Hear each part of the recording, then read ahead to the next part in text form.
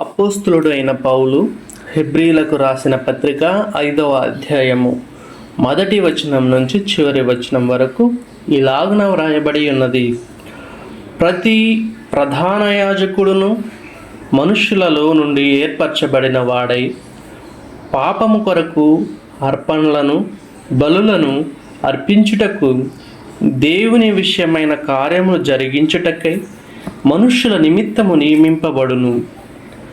తాను కూడా బలహీనత చేత ఆవరింపబడి ఉన్నందున అతడు ఏమియూ తెలియని వారి ఎడలను త్రోవ తప్పిన వారి ఎడలను తాలిమి చూపగలవాడై ఉన్నాడు. ఆ హేతువు చేత ప్రజల కొరకేలాగో అలాగే తన కొరకును పాపముల నిమిత్తము అర్పణము చేయవలసిన వాడై ఉన్నాడు. మరియు ఎవడును ఈ ఘనత తనకు తానే ఊహించుకొనడు, కానీ అహరోను పిలువబడినట్టుగా దేవుని చేత పిలువబడిన వాడై ఈ ఘనత పొందును.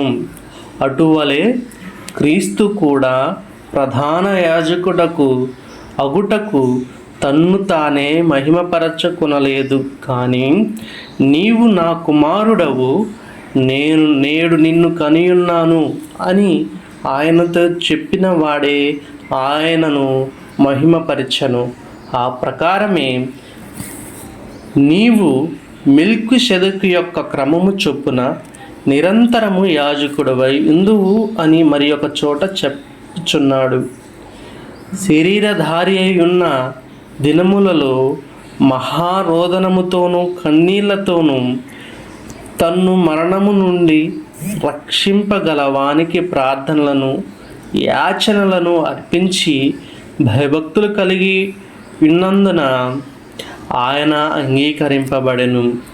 ఆయన కుమారుడయుండియు తాను పొందిన శ్రమల వలన విధేయతను నేర్చుకొనెను. మరియు ఆయన సంపూర్ణ సిద్ధి పొందిన వాడై మెల్కీషెదెకు యొక్క క్రమములో చేరిన ప్రధాన యాజకుడని దేవుని చేత పిలువబడి తనకు విధేయులైన వారికందరికీ నిత్య రక్షణకు కారకుడాయను. ఇందును గూర్చి మేము చెప్పవలసినవి అనేక సంగతులు ఉన్నవి, కానీ మీరు వినుటకు మందులైనందున వాటిని విశదపరచుట కష్టం. కాలమును బట్టి చూచితే మీరు బోధకులుగా ఉండవలసిన వారై ఉండగా దేవోక్తులలో మొదటి మూల పాఠములను ఒకడు మీకు మరలా బోధింపవలసి వచ్చెను. మీరు పాలు త్రాగవలసిన వారే కానీ బలమైన ఆహారము తినగలవారు కారు.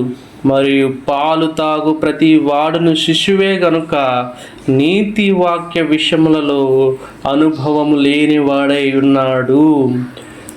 వయస్సు వచ్చిన వారు అభ్యాసము చేత మేలు కీడులను వివేచించుటకు సాధకము చేయబడిన జ్ఞానేంద్రియములను కలిగి ఉన్నారు కనుక బలమైన ఆహారము వారికే తగును.